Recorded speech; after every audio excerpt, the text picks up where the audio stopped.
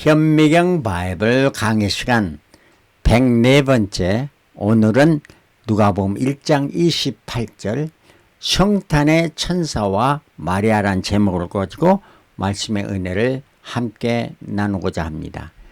천사는 어떠한 존재인가? 첫 번째로 하나님을 섬기는 영적인 피조물입니다. 영적이라는 것은 이거는 육체를 가지지 않는 피조물, 하나님께서 창조한 이란 자가 천사입니다. 그래서 우리는 천사를 숭배해서는 아니 될 것입니다. 그리고 천사를 부정하거나 없다 이렇게 말해서도 아니 되겠죠. 두 번째는 하나님의 뜻을 수행하는 사역자입니다. 하나님께서 하라는 대로 그 일을 행하는 일한 자이고, 세 번째는 하나님의 뜻을 전달하는 대변자, 메신저입니다. 바로 오늘 말씀에 가브리엘 천사가 메신저였습니다.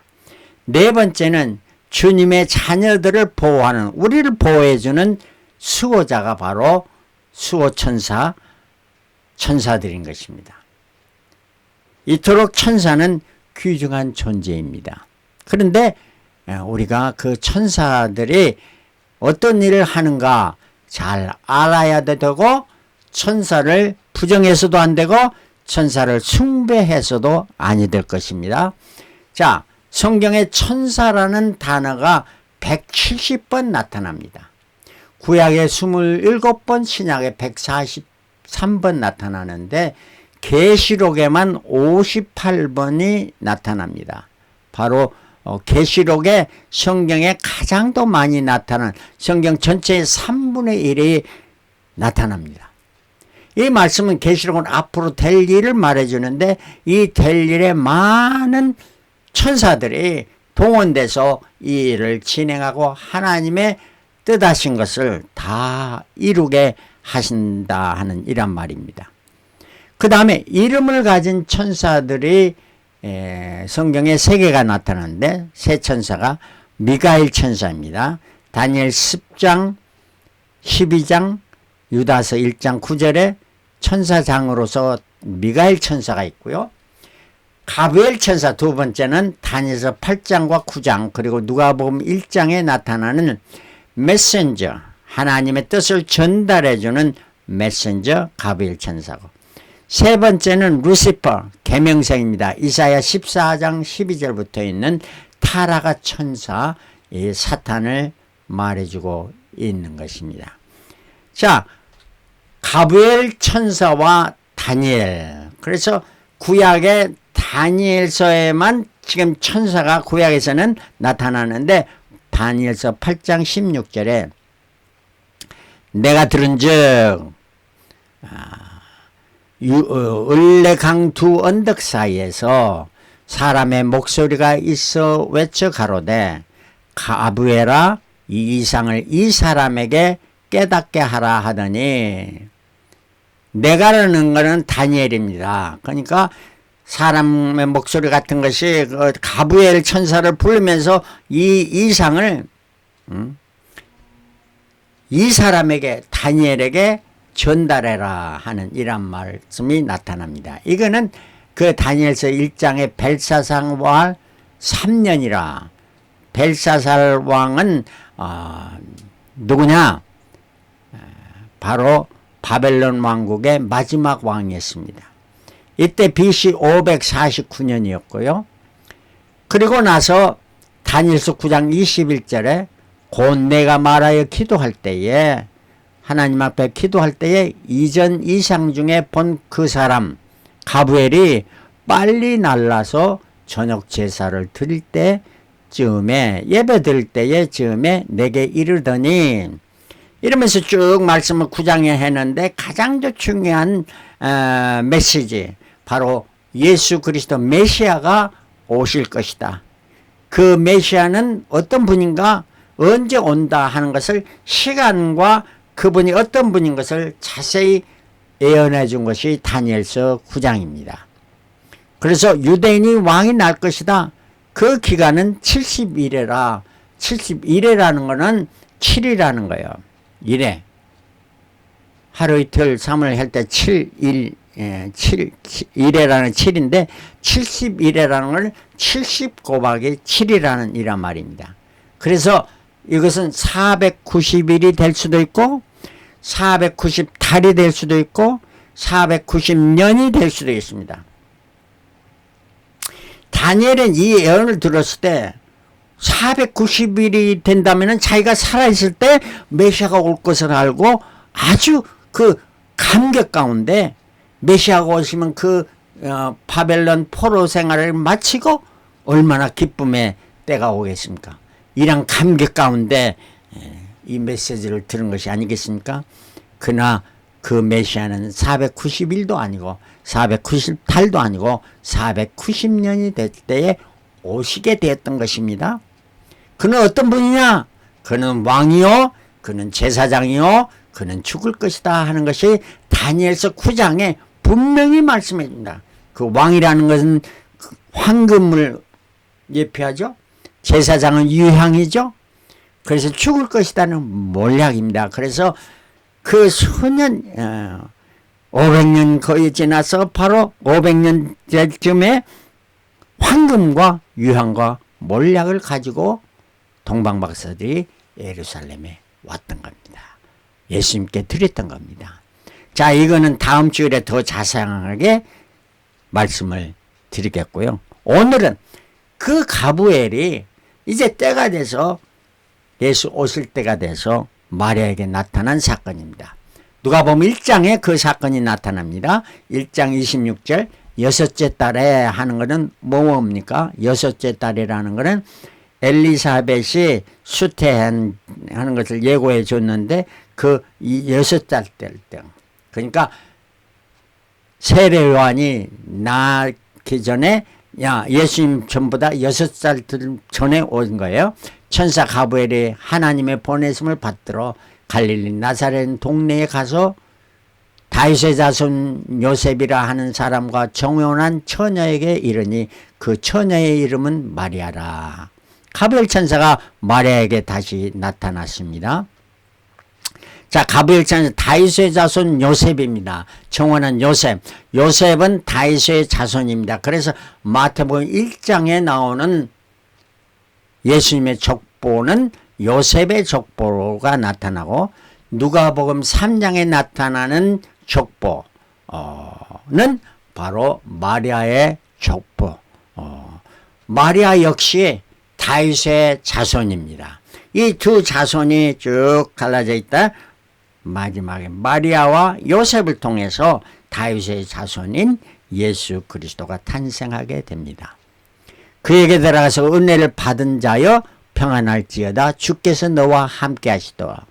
New King James Version은 Rejoice, 기뻐하라. You are highly favored one. The Lord is with you. 이렇게 말해줍니다. 그러면서 더 우리말 성경에는 없는데 영어 성경에는 Blessed are you among women 이렇게 말하지. 바로 기뻐하라. 너는 참 큰 highly 높은 은혜를 받은 자다. 어떤 사람이냐? 은혜를 받은 자다. 말하고 왜냐? The Lord is with you. 하나님이 너와 함께 하신다. 은혜를 받은 자이기 때문에 하나님이 너와 함께 하신다. Blessed are you among women. 많은 여자가 있는데 그 중에 내가 축복받은 자다 하는 이러한 엄청난 이야기를 해줍니다. 이 말을 들을 때 처녀가 그 말을 듣고 놀라 이런 인사가 어찌함인고 생각합니다. 30절 천사가 일러가로되 마리아여 무서워 말라 내가 하나님께 은혜를 얻었느니라. 비슷한 말이지만 좀 다릅니다. 영어서는 You have found favor with God 이렇게 말합니다. 그러면서 보라 내가 수태하여 아들을 낳으리니 그 이름을 예수라 하라 이렇게 말씀해 주고 있습니다. 자, 마리아는 어떤 사람이 이런 큰 축복 은혜를 받은 자일까? 첫 번째 은혜의 축복을 받은 여인 마리아입니다. 28절에 은혜를 받은 자여 You are highly favored one 이 말입니다. 그러나 이 말을 다시 말하면 30절 하나님께 은혜를 얻었느니라 You have found favor with God. 같은 말이면 어떤 면에서 전혀 다른 말입니다. 너네는 하나님의 은혜를 받은 자다. 그러나 너는 하나님의 은혜를 받은 것이 너희 가운데 보여졌다. found. 휴리스코라는 말은 찾다, 발견되다, 인지하다 하는 것입니다.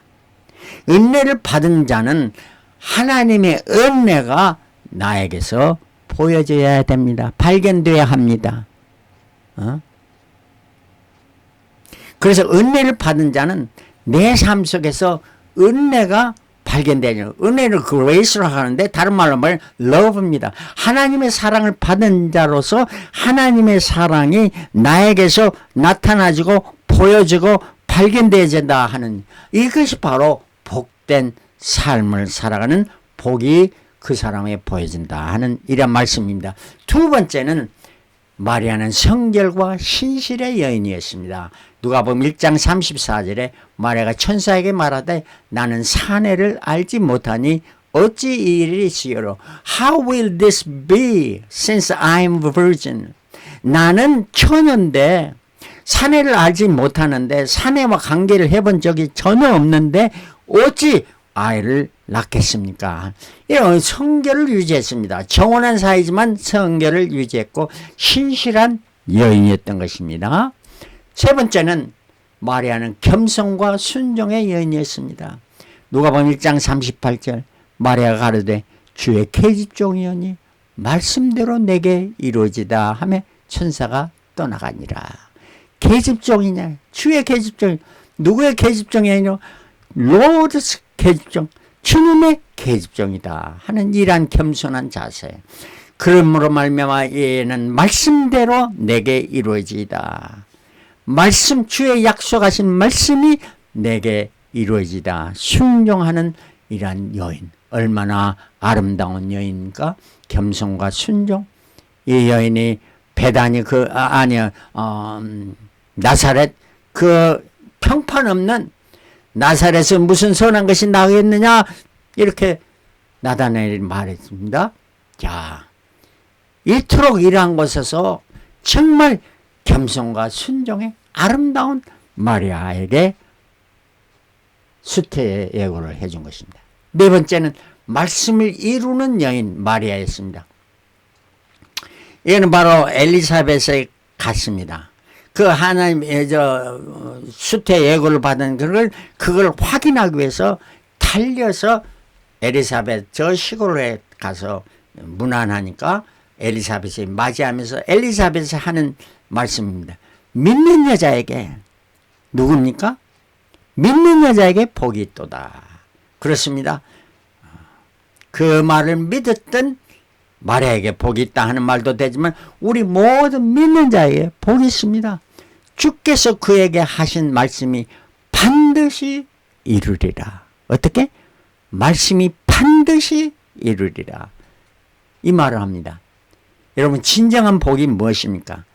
하나님의 약속의 말씀이 내 삶 속에서 나를 통해서 이루어지는 것이 아니겠습니까? 이 말은 뜻이 하늘에서 이루어진 것 같이 땅에서도 이루어지다 하는 이런 말씀입니다. 마지막으로 찬양과 기쁨의 여인 마리아입니다. 누가복음 1장 46절 48절 마리아가 가로되 내 영혼이 주를 찬양하며 내 마음이 하나님 내 구주를 기뻐하였음은. 찬양하며 하나님을 찬양하며 마음이 기뻐했다. 영어로는 My soul glorified the Lord. 내 soul이라는 건 뭡니까? 영과 혼이 합해진 거면 내 영혼입니다. 이거는 내 영과 내 삶이 하나가 돼서 바로 주를 영광 glorified. 영광을 돌린다. 찬양한다는 것은 하나님께 영광을 돌리는 겁니다. 여러분의 삶은 하나님이 영광 돌리는 삶이 되시길 그리스도로 축원합니다.